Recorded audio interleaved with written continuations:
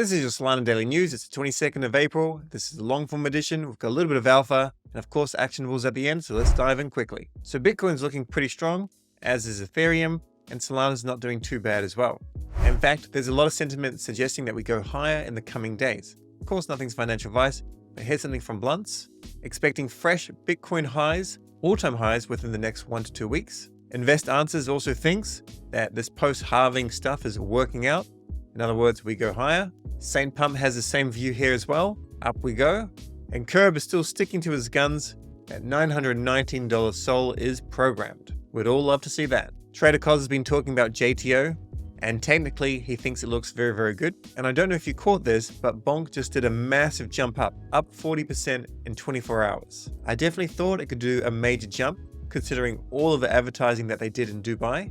But it's always risky to make these sort of predictions. Even if I say not financial advice, someone will come and buy it. If it goes down, they get angry.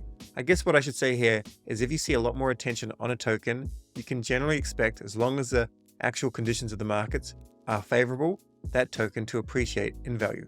Bonk had taken over everyone's timeline, even people that weren't even in Solana, and the resulting effect, up 40%.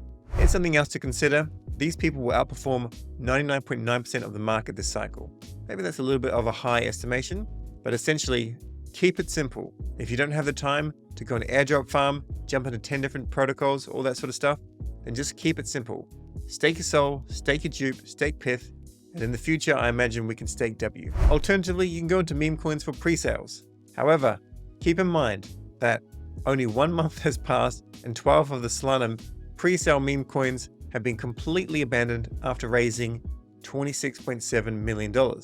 Would avoid any future projects launched by these founders. Absolutely disgusting. I can understand why you want to go and throw your money at something, but to be perfectly honest, I would much rather just dollar cost average Bonk. And remember, for the hands-off approach, just go and stake your Sol with fairladay.com. Do as Topo does, because Topo, he's a smart person. Jupiter's second LFG vote has now ended. Congrats to Sanctum and Uprock. I'm bullish on both of these. Now we've got a post on Sanctum's next steps. Remember, there's no information whatsoever on tokenomics. I don't think this is a very good thing. I've mentioned it before, and I should stick to my guns here. It's a bad thing for a project, in my opinion, to be even launched on the LFG. I think this sets a very bad precedent. This is the heart of the criticism. We don't vote again on their tokenomics proposal once they pass their LFG proposal. They will launch regardless. Also says, ultimately, Jup voters have full veto power. If Jup voters are in favor, I suggest that Jup DAO put up an approval vote, yes, no, for Sanctum after tokenomics have been finalized and before Sanctum's LFG launch. If this vote doesn't pass, then Jupiter doesn't launch Sanctum on LFG. This is not a bad idea, but to be perfectly honest, it shouldn't even be needed as an idea. You should just have your tokenomics before you're ready to launch.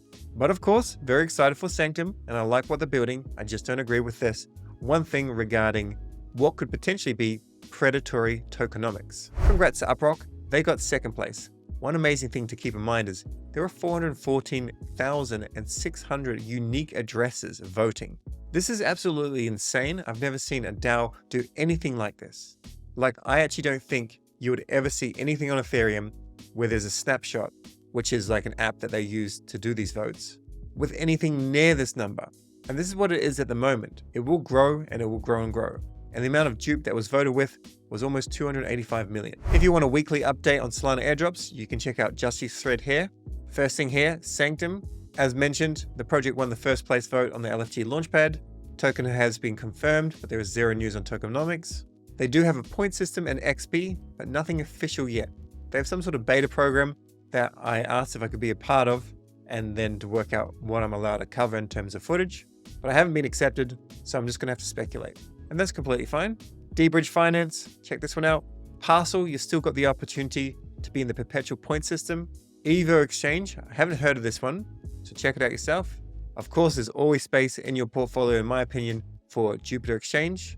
It's probably not even a bad idea to go ahead and actually DCA into Jup, not financial advice, of course, and every week go and stake that Jup and just get ready to vote more and more. And then there's Backpack. There's too many potential actionables here, but if you have time, Airdrop Farming across multiple dApps will give you a decent return on investment, in my opinion. Also keep this firmly in your mind, airdropped.link. This is the best thing that you can use to actually work out where you have airdrops, what wallets, when the claim date is, all that sort of stuff. So make sure you check out airdrop.link. And if you want all the features, you need to go and buy one of their NFTs. And then you go and basically pay for a month, have that NFT in the wallet, and it'll change the dollar amount from $20 or $40 or whatever it is to $0. And you just have to do that every month.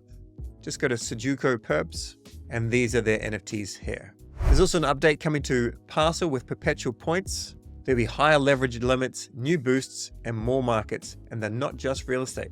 If you have a decent amount of Bonk in your wallet, my preference is to keep around 10 to 20 million liquid in that wallet, and the rest, go and lock it up with Amardify.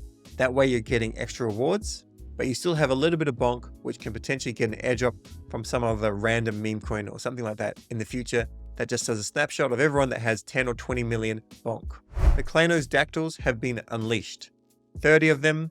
If you entered the raffle, I hope you did if you actually owned a Clayno. If not, if you bought a ticket, maybe you got lucky. Either way, you can check out Discord to see if you won, and they'll be sent to you within 24 hours, which is another 11 hours from now. Now let's move on to the actionables. 22nd of April, 2024. If you're new to Solana, if you have any questions, if you want to learn just a little bit day by day, then check out the Seb Solana School YouTube playlist. There's actually an intermediate and beginner playlist. Next, consider Shark and USDC with Meteora. I'll show you that in a second. Stake your Sol, PIF, and Jup. If it's just idle, then you will miss out. And hold a minimum of 10 million Bonk in a wallet. I went ahead and I staked the majority of my Bonk in many different wallets, wherever I had Bonk.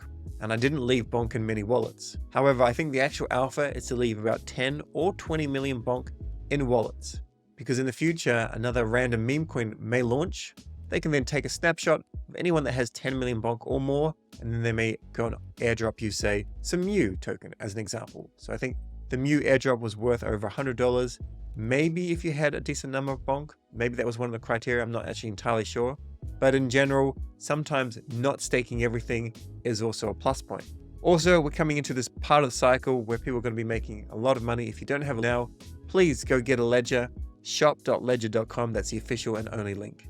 Yes, Tracer is supported on Solana, but Ledger has a lot more history, and Ledger's my go-to. Finally, use Uprock and Grass.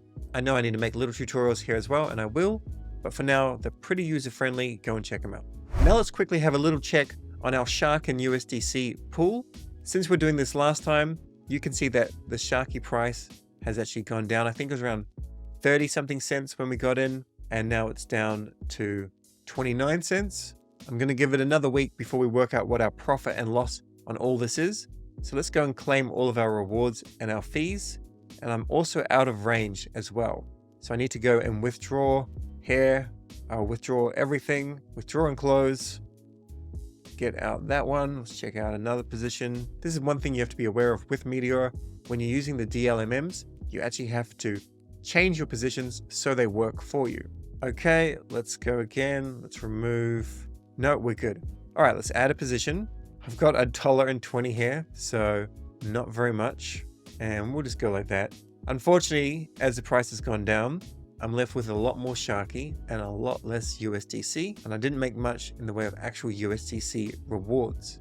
I still think, given that there's a massive emission rate, $12,500 for a small amount of total value locked, I do think if I can get maybe $500 worth of USDC, maybe tomorrow if I have $500 worth of USDC, I might go and do it, manage it. You should do okay. However, having said that, the actual 24-hour fees are very low, and the only reason why this is decent is because of this emission rate.